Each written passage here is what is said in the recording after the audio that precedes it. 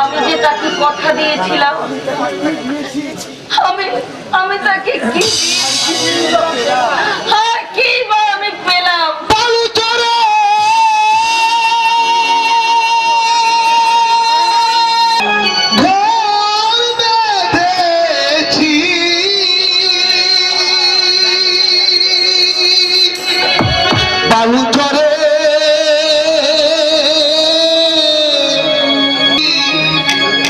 আমি আগে জানি না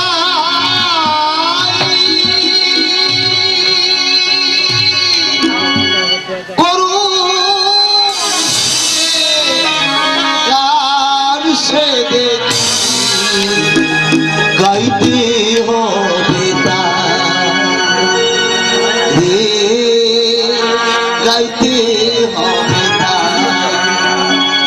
বালু চরে ঘর বেঁধেছি আগে জানি নাই করুণ সুরে গান সেধেছি গাইতে হবে তাই রে, গাইতে হবে তাই বালু চরে ঘর বেঁধেছি আগে জানি নাই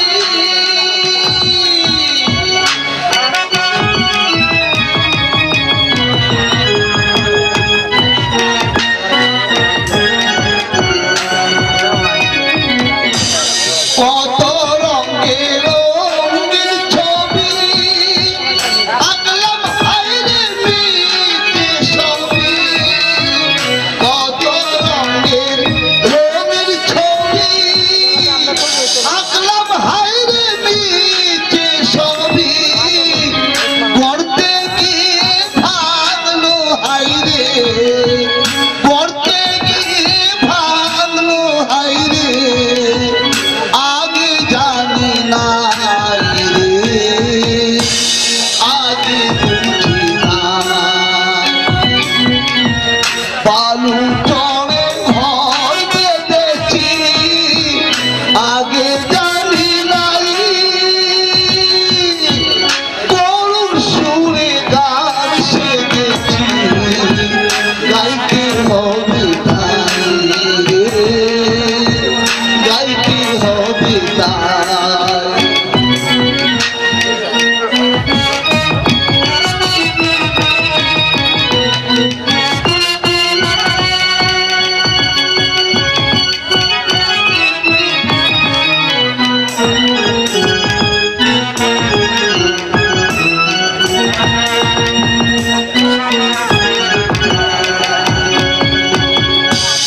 আলে আরো হাত ছাড়িতে ফুলেছি মন পুলকিতে, আলে আরো হাত ছাড়িতে ফুলেছি মন পুলকিতে, সকল পথহারি আজি, সকল পথহারি আজি নিচে খুঁজি ঠাই রে, নিচে খুঁজি ঠাই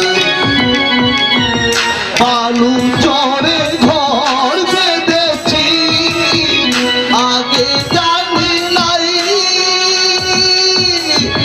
করুণ সুরে গান সেধেছি গাইতে হবে তাই রে, গাইতে হবে তাই বালু চরে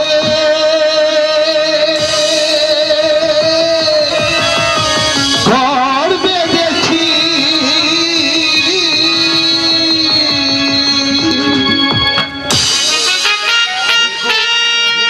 ভিক্ষুক, আপনি আমার দিকগুলো ঠিক আছে মা, আমি স্মৃতির মন্থন করে যেদিকে যায় সেদিকে চলে যায় বালু চরে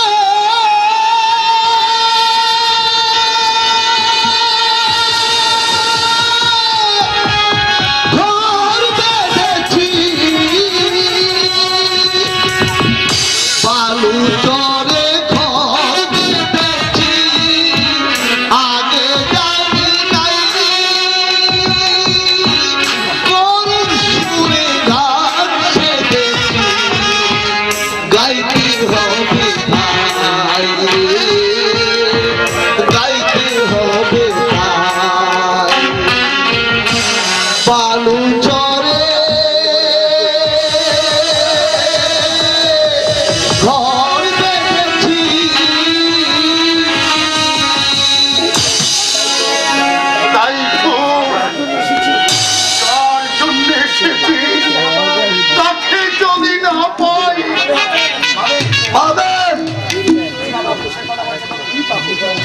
পাবো কিসের কথা বলছো? যাকে আপনি করছিলেন তুমি জানো কাকে খুঁজছি?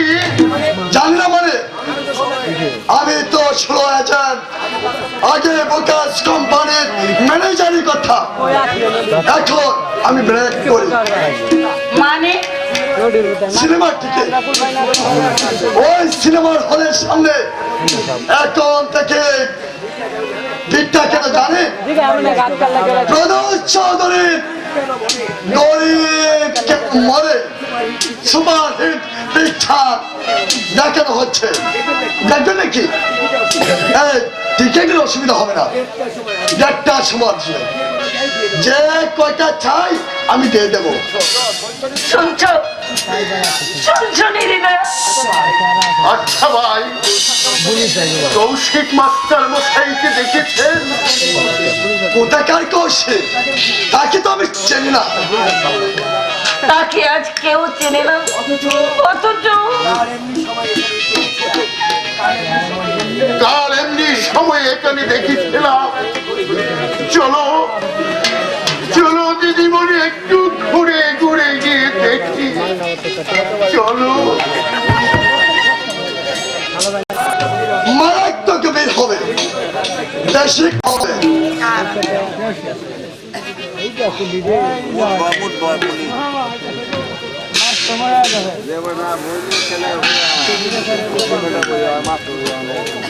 ওহ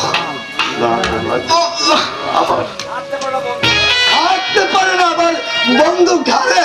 না পারলে চলবে না ভাই, ঘরে আমার মা বউ ছেলে উপোস করে আছে, আমার মুখের দিকে চেয়ে বসে আছে। খালি হাতে ফিরে গেলে ওদেরকে উপোস করতে হবে। উপোস করতে হবে না, আপনাকে আমার সঙ্গে একটু কাজ করে দিতে হবে। ঠিক আছে,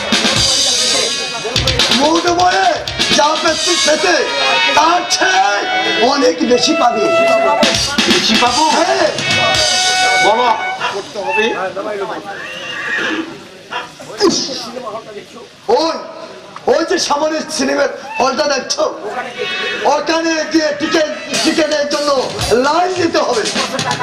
অবশ্য টাকা আমি দেবো। ওই বলে হ্যাঁ, আজ রবিবারের বাজার দারুণ বিল হবে।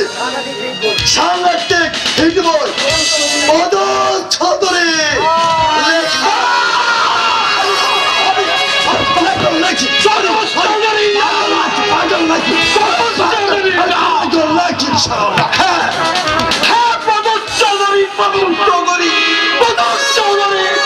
দাদু দাদু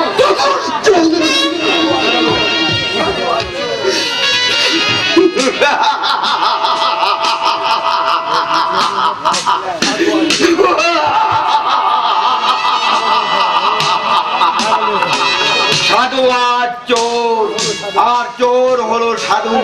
বাহ, বাড়ে হৃদয় হিম সম্পদ সমাজ। না না না, এসব ভাবলে আমাকে চলবে না, এসব ভাবলে আমাকে চলবে না, এসব ভাবলে আমাকে চলবে না।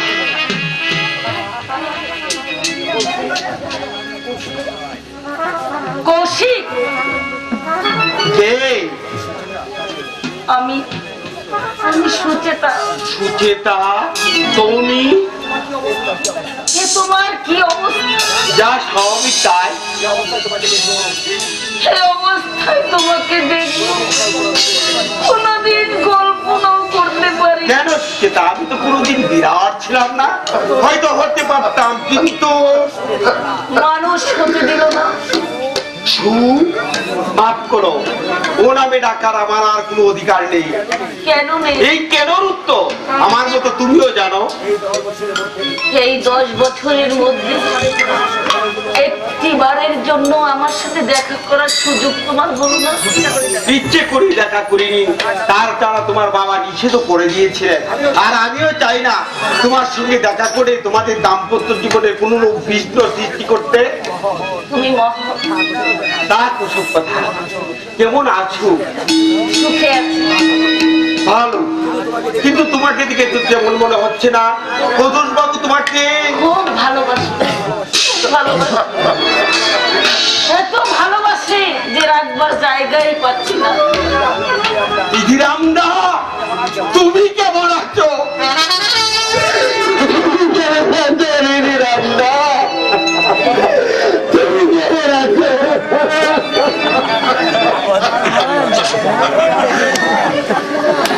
খুব ভালো আছি, খুব ভালো আছি। যেন যেন থাকবো না। আমাকে যে থাকতেই হবে, আমাকে যে থাকতেই হবে, থাকতেই হবে। আমি কোনো অপরাধ করিনি, এমনি করে শাস্তি দিতে আমার তোমার প্রাণ চাইছি। আমি তোমাকে শাস্তি দিচ্ছি? শাস্তি নয়, আমার এমনি দুরবস্থা তুমি সইতে পারো। হয়তো পারতাম না, কারণ প্রদুল বাবু যদি তোমার স্বামী না হতেন। কৌশিক, দেহের মিলনটাই কি সহজ? লোকাচারে আমার এই দেহটা দূরে সরে গেল। অন্তর থেকে কি আমরা উভয় উভয়কে স্মরণ করি? তা তো সব কথা। আদা সূত্র গায়ে কুচা লাগিয়ে আর দেখে করে দিল না। বেশ, কিন্তু এভাবে কতদিন বাঁচবে? যতদিন আয়ু থাকবে।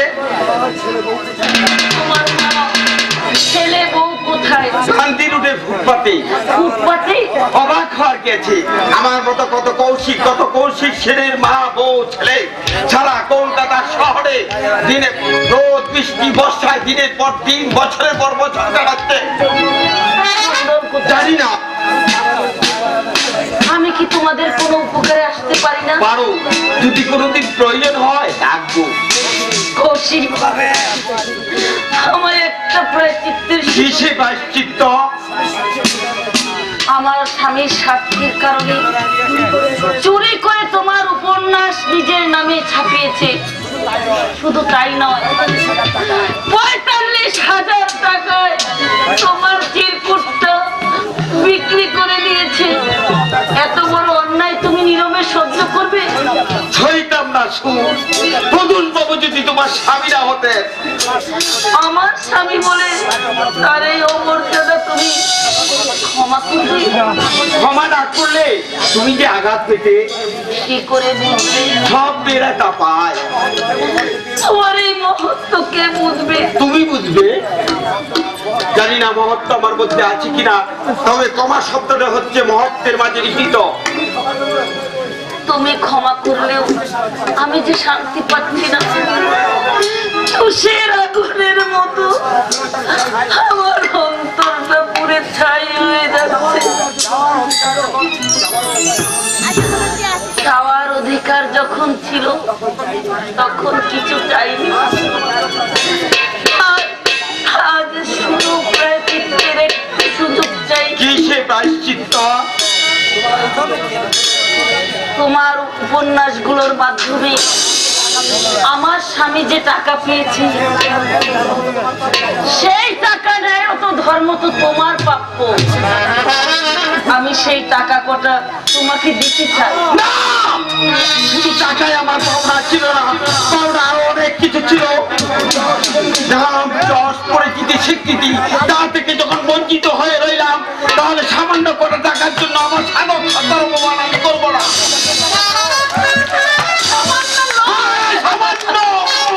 এই পাওনার তুলনায় পাওনা অতি তুচ্ছ।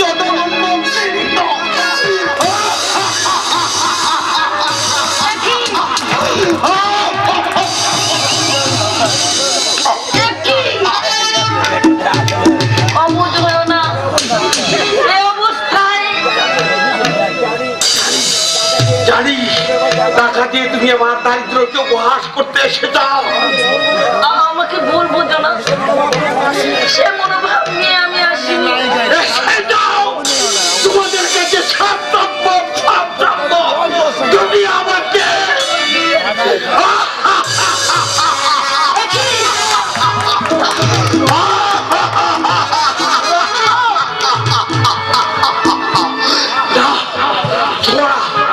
রক্তের ছোঁয়া তোমার গায়ে লাগলো না। এ বড় সর্বনাশ। এত তাড়াতাড়ি কেন? তাহলে কে দেখবে আমার মা বউ ছেলেকে? আমি ছাড়া যে তাদের কেউ নেই, কেউ নেই। না না, এভাবে তোমাকে আমি মরতে দেব না, মরতে দেব না। ছোড়া রক্তের ছোঁয়া তোমার গায়ে লাগতো না। এই বড় সর্বনাশের রোগ। কৌশিক, সুচেতা, আমার একটা অনুরোধ, আজ কোনোদিন তুমি আমার সামনে এসো না। তোমাকে দেখলে আমি যে অতীতের মধ্যে হারিয়ে যাই। এই দেখো না, আমার মুখের দিকে চেয়ে কোনো প্রাণী বসে আছে, আর আমি কিনা তোমার সঙ্গে।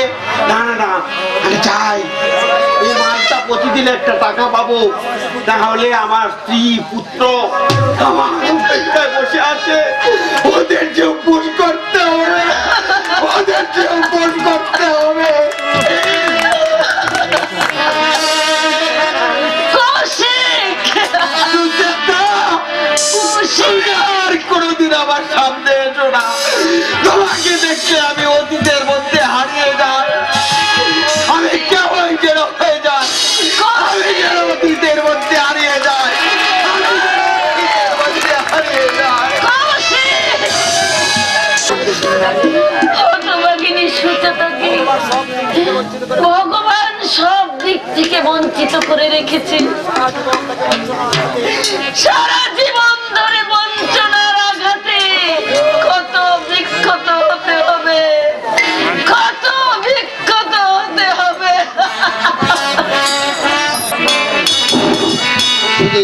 দর্শক মন্ডলী, আপনারা দেখছেন এই নাটকে কৌশিকের ভূমিকা যিনি অভিনয় করেছেন, তিনি এই নাটকের আয়োজককারী কাঞ্চন কোম্পানি এবং ফুলের ঘাট বণিক সমিতির সভাপতি। ওনার অভিনয় দেখে সন্তুষ্ট হয়ে কাজীকে নিজামুদ্দিন মিয়া তাকে 1000 টাকা পুরস্কৃত করেছিলেন।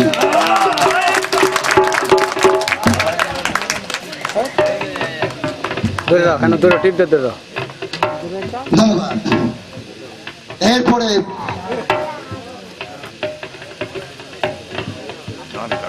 আরেকজন ভদ্রলোক যিনি কাইয়ুম বিশিষ্ট শিল্পপতি 500 টাকা পুরস্কৃত করেছেন।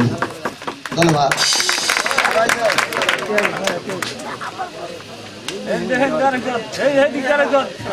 আরেকজন বিশিষ্ট ব্যক্তি ওনাকে 500 টাকা পুরস্কৃত করেছেন, ওনার নাম ফারুক মিয়া।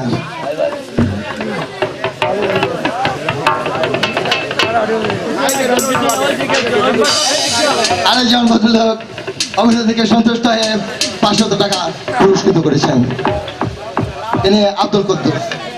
আর কষাকুড়িয়ার ইউনিয়নের কৃষক লীগের সেক্রেটারি জনাব চানমিয়া ভাই 500 টাকা পুরস্কৃত করেছেন।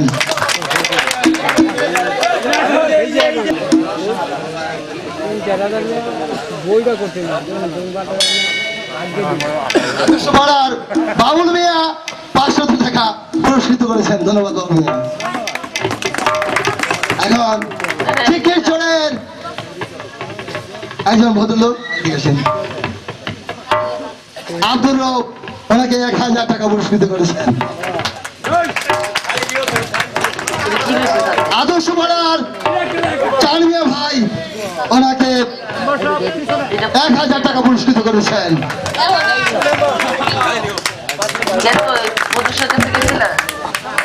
বাচ্চু মিয়া ওনাকে 500 টাকা পুরস্কৃত করেছেন। বিটিপাড়ার বকুল মিয়া 500 টাকা পুরস্কৃত করেছেন। ধন্যবাদ বকুল মিয়া।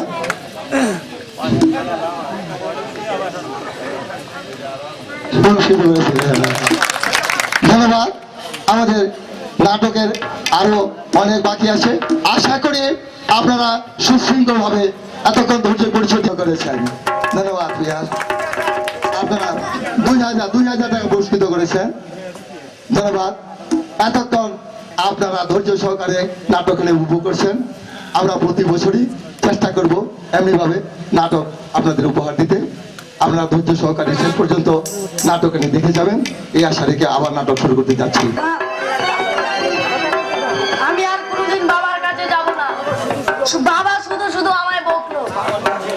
পাগল ছেলে, শুধু শুধু বলবে কেন? তোর তোর বাবার যে অসুখ পাচ্ছে, ওই সর্বনাশা রোগ তোকে রাজই, তাই তোর বাবা তোকে বকা দিয়েছে। কি অসুখ? কি হয়েছে বাবা? বাবার মুখ দিয়ে রক্ত উঠে কেন মা?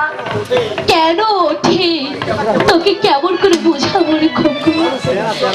মানুষের নিষ্ঠুরতার আঘাতে তোর বাবার ভিতরটা ক্ষত বিক্ষত হয়ে গেছে। সেই ক্ষতস্থান থেকে আজ ঝরছে রক্ত। তুমি কাঁদছো কেন মা? কাঁদবো কেন? তুই শুধু আমার কান্নাই দেখেছিস? এই তো আমি হাসছি। কাঁদছো না দিদি, তবে চোখে জল কেন? জল আসবে না? আমরা যে এবার সর্বহারা হব, তাই আমার কপাল ভেঙে দিতে ওই ভগবান তার দুধ পাঠিয়েছে। কেঁদো না মা, আমি থাকতে তোমাদের কোনো ভয় নাই। আমি ভগবানকে বলবো তোমাদের দুধকে ফিরিয়ে নাও। তুই সাজা, আমার সাজা। কেন কেন তুই আমাদের ঘরে এলি? আমি তোর জন্য কিছুই করতে পারলাম না, কিছুই দিতে পারলাম না তোকে। কেন কেন দাও তো? এই তো বাবা সেদিন ওই প্যান্টটা কিনে দিয়েছ, আর ঠাকুরমা এক মিষ্টিওয়ালার কাছ থেকে এক দুখানা জিলিপি চেয়ে দিল। হ্যাঁ, এই পেয়ে এই জন্মে তুই সন্তুষ্ট থাকবি, পর জন্মে তুই এই গরিব মায়ের ঘরে আসিস। আমি ভগবানের কাছে প্রার্থনা করব, পর জন্মে তুই কোনো বড় লোকের ঘরে জন্ম নি। বড়লোক যে বুঝে অনেক টাকা, জানো মা? আমারও বড়লোকদের মতো 4-5 তলা বাড়িতে থাকতে ইচ্ছে। ওদের ছেলে মেয়েদের মতো সুন্দর সুন্দর জামা কাপড় পরতে আমার দল বেঁধে স্কুলে যেতে মন চায়। সজল, আচ্ছা মা, এই ফুটপাতে চেয়ে এই ভাঙ্গা বাড়িটাই তো ভালো ছিল, ওখান থেকে চলে এলে কেন?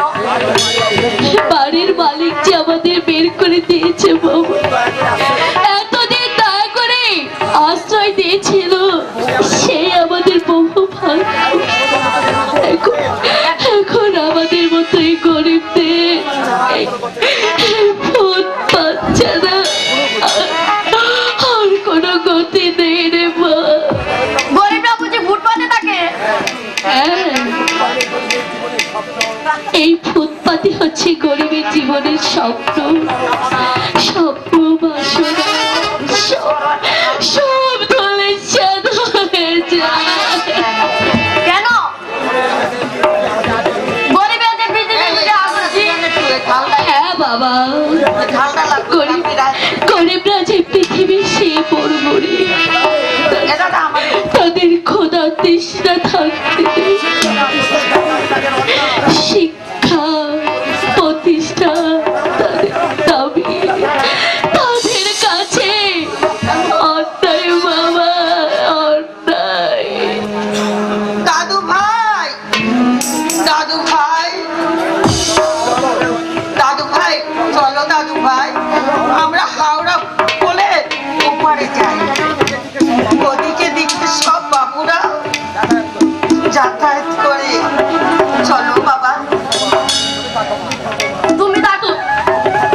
তুমি থাকো বাবা, সজলকে নিয়ে আমি বড় ভিক্ষে করতে চাই। না বৌমা, আমি থাকতে তুমি ভিক্ষে করতে বেরোবে? তোমার এই সমস্ত বয়সে শহরে কত রকমের মানুষ আছে, কি হতে কি হয় তা কি বলা যায়? তুমি কৌশিকের কাছে থাকো, কিন্তু তোমার ছেলেকে লুকিয়ে এভাবে আর কতদিন মা? ইচ্ছে ছাড়া আর যে কোনো উপায় নেই মা। কুণ্ডল নিরুদ্দেশ কৌশিকের যদি কোনো ভালো মন্দ হয়ে যায়, আমরা কোথায় গিয়ে দাঁড়াবো মা? মা, চলো দাদু ভাই, চলো। মা, কোনো হাসপাতালে ওকে ভর্তি করলে না। মা হয়ে চোখের সামনে কেমন করে নিজের ছেলেকে, না, না বৌমা, না। আমি যে তা দেখতে পারবো না বৌমা। আমার কৌশিককে অসুখের হাত থেকে বাঁচাতে হবে। ওকে যে চিকিৎসা করতে হবে বৌমা। না মা, কেন জানি না মনটা আজ খুব কুকাইছে। আজ তোমার গিয়ে কোনো লাভ নেই মা। তোমরা সবাই মিলে আমাকে আর কাঁদিও না। যা করছি করতে দাও। একটা কিছু না নিয়ে থাকলে আমি যে পাগল হয়ে যাব বৌমা। আমি যে পাগল হয়ে যাব। এসো এসো দাদু ভাই, এসো। সব যে ঠাকুরের ইচ্ছা ভাই। সব ঠাকুর মানায় তাদের নাতি নাতনির সব দিক থেকে প্রতিষ্ঠা লাভের সুযোগ দেয়। আর আমি আমার একজন দুর্ভাগিনী তোমার কাঁধে ভিক্ষার ঝুলি তুলে দিয়েছি। এসো দাদু ভাই, এসো। কি করি চোখের সামনে আমার ইষ্ট দেবতা বিরতির স্বামী ধীরে ধীরে মৃত্যুর পথে এগিয়ে যাচ্ছে। আমার তোদের শেষ মমতা বই শাসনে করে তারে ভিক্ষা করেছে। আর আমি চুপ করে থাকবো না? না না, আমি আমার স্বামীকে কিছুতেই মরতে দেব না। তাকে চিকিৎসা করাবো, আমি আমার স্বামীকে মরতে দেব না। হ্যাঁ, আমি তার চিকিৎসা করাবো। তার চিকিৎসার জন্য যত টাকা লাগে আমি সুজেতা দেবীর কাছে যাব। আমি হাত পেতে ভিক্ষা চাইবো, ভিক্ষা চাইবো। মীরা, মীরা, এই যে মীরা। একি তুমি আবার উঠে এলে কেন? কালি যে ফুরিয়ে গেছে, কিন্তু কালিটা এই অসুস্থ অবস্থায় তুমি লিখছো? আমাকে যে লিখতে হবে। এত যে লিখলে তার কি দাম তুমি পেলে গো? পেয়েছি। আমার লেখা গরিব কেন মরে আর সারা বাংলায় আলোড়ন সৃষ্টি করেছে। প্রদুষ্ট যদি বতরা করলেও আমি তো জানি আমারই লেখা। আমার লেখা উপন্যাস যারা পড়বে, ছায়াছবি যারা দেখবে, তারা গরিবের জন্য একটু হলেও ভাববে। তাই যতদিন বেঁচে আছি মানুষের মঙ্গলের জন্য, দেশবাসী মনোবল দৃঢ় মজবুত করবার জন্য কলমে লিখে যেতে চাই। ওগো, তুমি একটু চুপ করো। কিন্তু কালি যে ফুরিয়ে গেছে, আমাকে একটু ধরে নিয়ে চলো। ওই দোকানদারের কাছ থেকে একটু কালি খেয়ে নিয়ে আসি।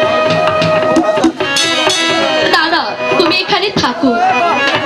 না না না না, তুমি এখানে থাকো। মাকে ডেকে দাও। মা, মা, মা গো। মা এখানে নেই। কোথায় গেছে? তুমি মায়ের জন্য ভেবো না, মায়ের সঙ্গে সজল আছে। তুমি যেন কি বলতে চাও বলতে পারছো না? না না না না না মা। বলো বলো মা কোথায়? মা মা মা মা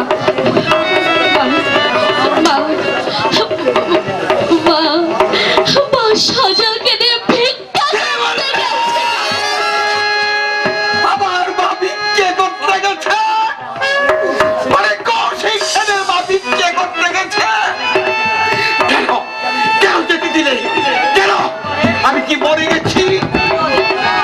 আমার বুড়ো মার কচি ছেলে ভিক্ষে করে আনবে আর আমি বসে বসে মা আনন্দে এখানে বসে বসে খাবো।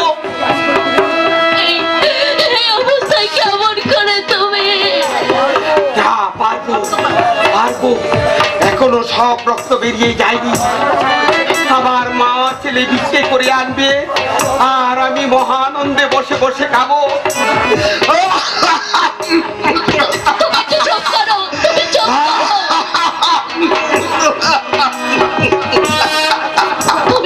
তুমি শান্ত হও গো, তুমি শান্ত হও। হ্যাঁ, এবার বুঝি একেবারে শান্ত হবো। এবার বুঝি একেবারে শান্ত হবো। একেবারে না, তোমার কিছুই হবে না, তোমার কিছুই হবে না। চলো চলো, তোমাকে আমি শুয়ে দেই, চলো।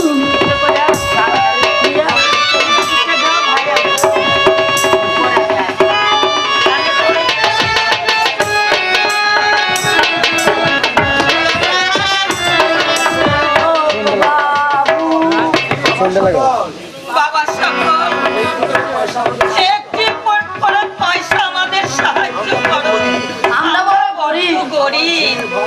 আমার ছেলের ভয়ানক অসুখ, তাকে হাসপাতালে ভর্তি করতে হবে। আপনারা দয়া না করলে আমরা কি করে বাঁচবো বাবু? আমার কৌশিক যে বিরাট বিদ্যা, কত বড় বড় বই লিখেছে। সুযোগ পেলে সেও বড় হতে পারত। আমরা রোদ বৃষ্টিতে ফুটপাতে কাটাই, আমাদের মতন দুঃখী কেউ না। বাবু গো,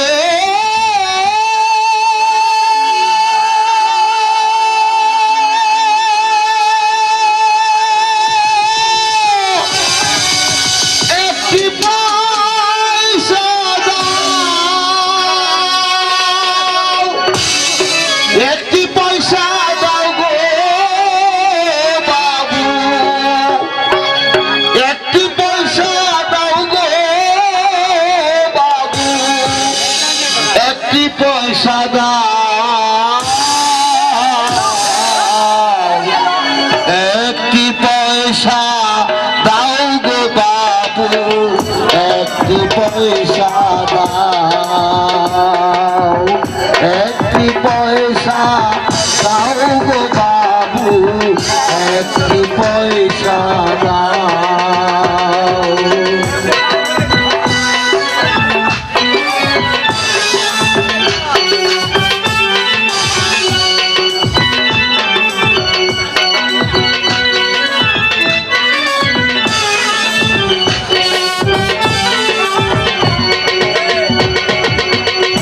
খোদার জ্বালায় তা চলে না, মুখের পানে যায় বাবু গো,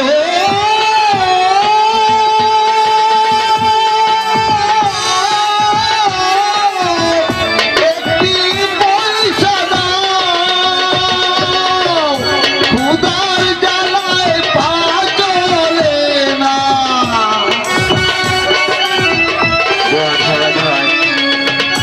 খুদার জ্বালায় পা চলে না,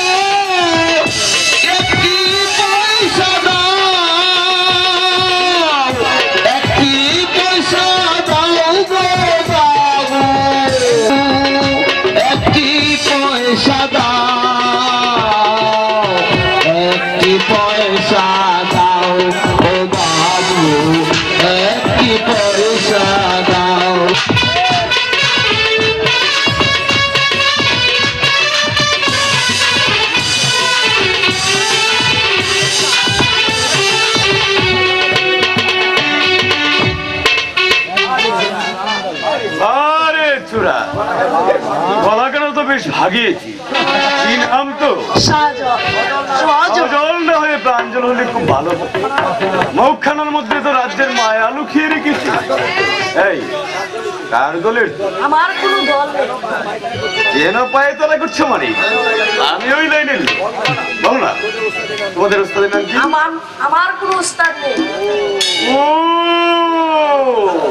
তুই সারা ভিকেরি, তোর বাড়ির লোকজন কষাইয়ের ছেদ, তাই তো এই বয়সে তোকে বিক্রি করতে পাঠিয়েছে। কসাই মানে? নিয়ে গেছই তুই। কষাই মানে জানো না? যারা মাংস বেচে। কোথায় থাকিস? গান্ধী রোডের ফুটপাতে। তাছাড়া আর কোথায় থাকবি? এই তোর কে কে আছে? মা, ঠাকুরমা, বাবা, আরে কাকা ছিল, সে কোথায় নিয়ে গেছে? এই তোর বাবা কি করে? আগে মুখ বইতো, এখন আর পারে না। আমার বাবা যে ভয়ানক অসুখ, কে আসো? মুখ দিয়ে রক্ত উঠে। তা তো উঠবে, তা তো উঠবে। গরিবের মুখ দিয়ে রক্ত উঠবে নাকি মুখ জ্বলবে? এই তোর বাবার নাম কি? কৌশিক সেন।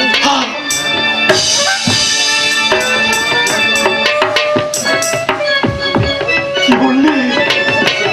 কৌশিক সেন?